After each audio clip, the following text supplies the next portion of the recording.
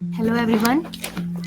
तो अभी तक हमने क्या पढ़ा था कि जो हमारी डिफ़ॉल्ट डायरेक्टरीज होती हैं उसमें हम अपने यूज़र्स को कैसे ऐड करते हैं, डिलीट करते हैं या रिस्टोर करते हैं। ग्रुप क्रिएशन भी हमने अपनी डिफ़ॉल्ट डायरेक्टरी में पढ़े थे और गेस्ट को कैसे इनवाइट करते हैं हमने पढ़ा था। ये सब हमने अपनी डिफ़ॉल्ट डायरेक्टरी में पढ़ा था।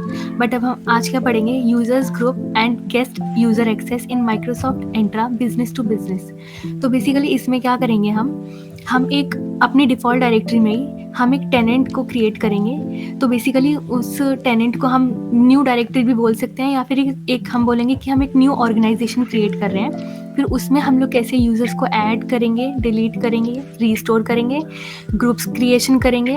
एंड ग्रुप्स क्रिएशन में हम यूज़र्स को असाइन भी करेंगे, यूज़र्स के असाइनमेंट के टाइप्स पढ़ेंगे। एंड गेस्ट यूज़र को कैसे इनवाइट करेंगे उस ऑर्गेनाइजेशन में, डिफरेंट ऑर्गेनाइजेशन में, एंड उसको कैसे एक्सेस देंगे किसी भी ऐप या रिसोर्सेज को एक्सेस करने का। तो बेसिकली हमारा ऑब्जेक्टिव क्या है कि अगर हम एक ग्लोबल एडमिनिस्ट्रेटर हैं किसी भी मार्केटिंग ऑर्गेनाइजेशन में और हम चाहते हैं कि हम एक स्मॉल डेवलपर टीम बिल्ड करें जो कि एक न्यू वेबसाइट पे काम कर रही है जो होस्ट होगी बाद में एज्योर पे। तो हम चाहते हैं कि एक ऑर्गेनाइजेशन हम बनाए जिसमें कि एक डेवलपर टीम हो जिसमें सारे इंटरनल मेंबर्स के साथ साथ एक्सटर्नल ऑर्गेनाइजेशन के यूजर्स भी कोलैबोरेट करें। तो basically you are also partnering with an external organization to design the website. You have been asked to add the new developer team to the organization Microsoft Entra ID.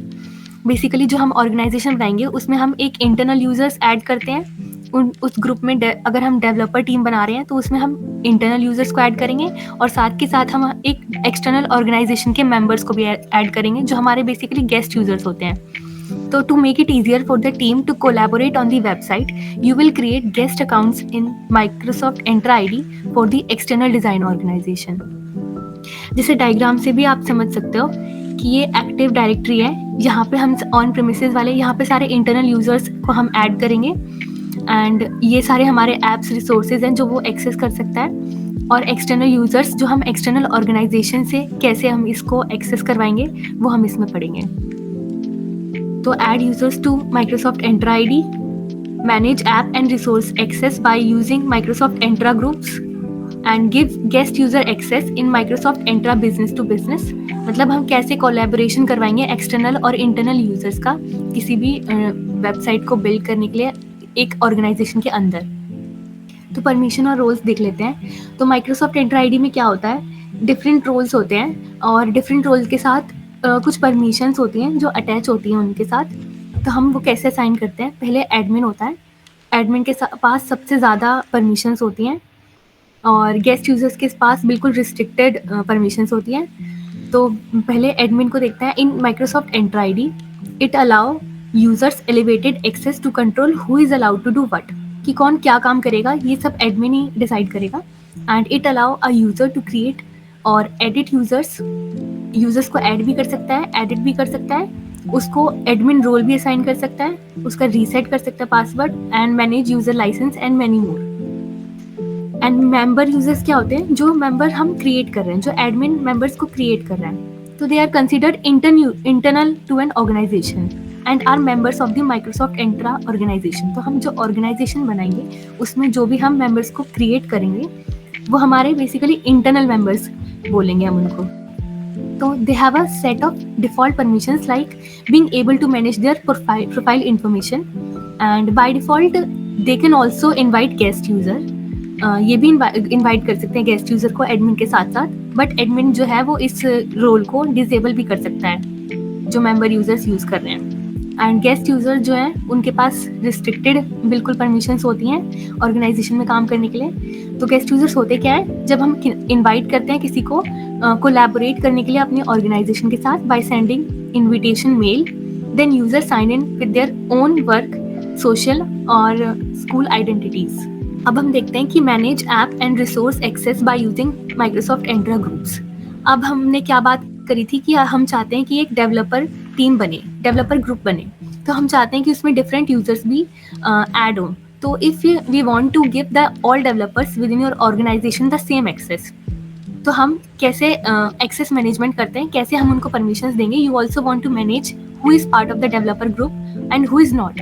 तो access management जो Microsoft Entra ID होती है उसमें 2 तरीके से होते हैं।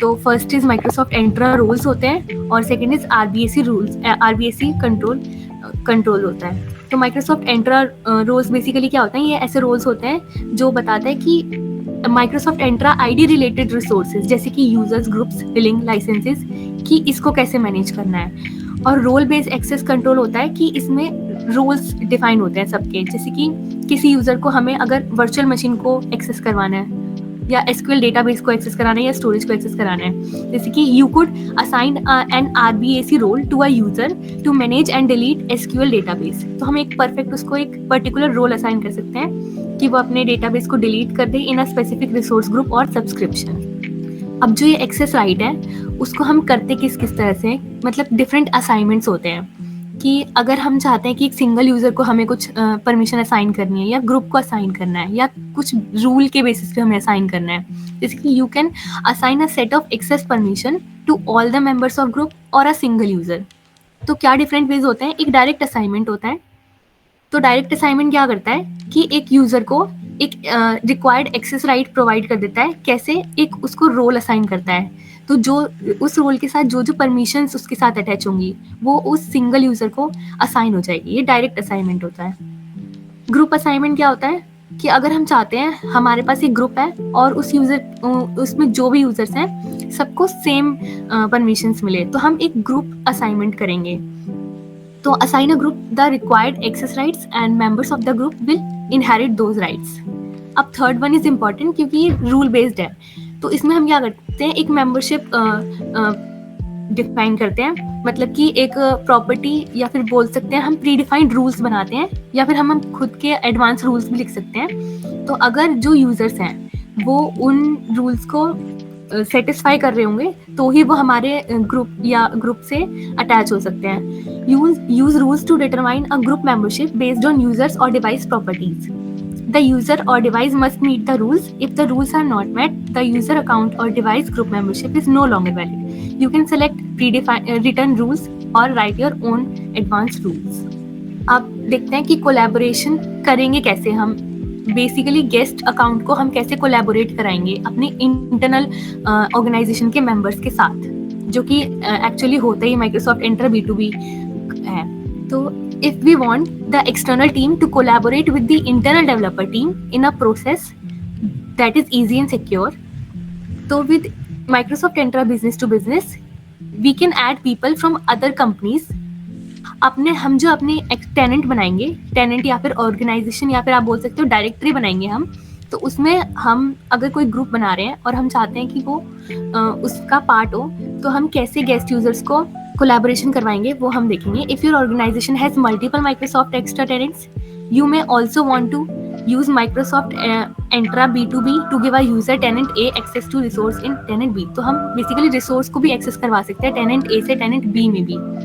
Each Microsoft tenant, क्योंकि जो डिफरेंट डायरेक्टरीज या टेनेंट होते हैं वो डिफरेंट होते हैं, एक दूसरे से सेपरेट होते हैं, क्योंकि सबकी अपनी अपनी आइडेंटिटीज होती है, अपनी अपनी रिप्रेजेंटेशन होती है और अपने अपने ऐप रजिस्ट्रेशन होते हैं। मतलब कि किसी टेनेंट ने कोई सा ऐप क्रिएट किया होगा, किसी दूसरी ऐप ने कोई और रिसोर्सेज या फिर कोई और ऐप क्रिएशंस की होंगी। तो गेस्ट यूजर एक्सेस कैसे मिलता है गेस्ट यूजर को? In any scenario where external users need temporary or restricted access to your organization resources, give them guest user access for B2B collaboration।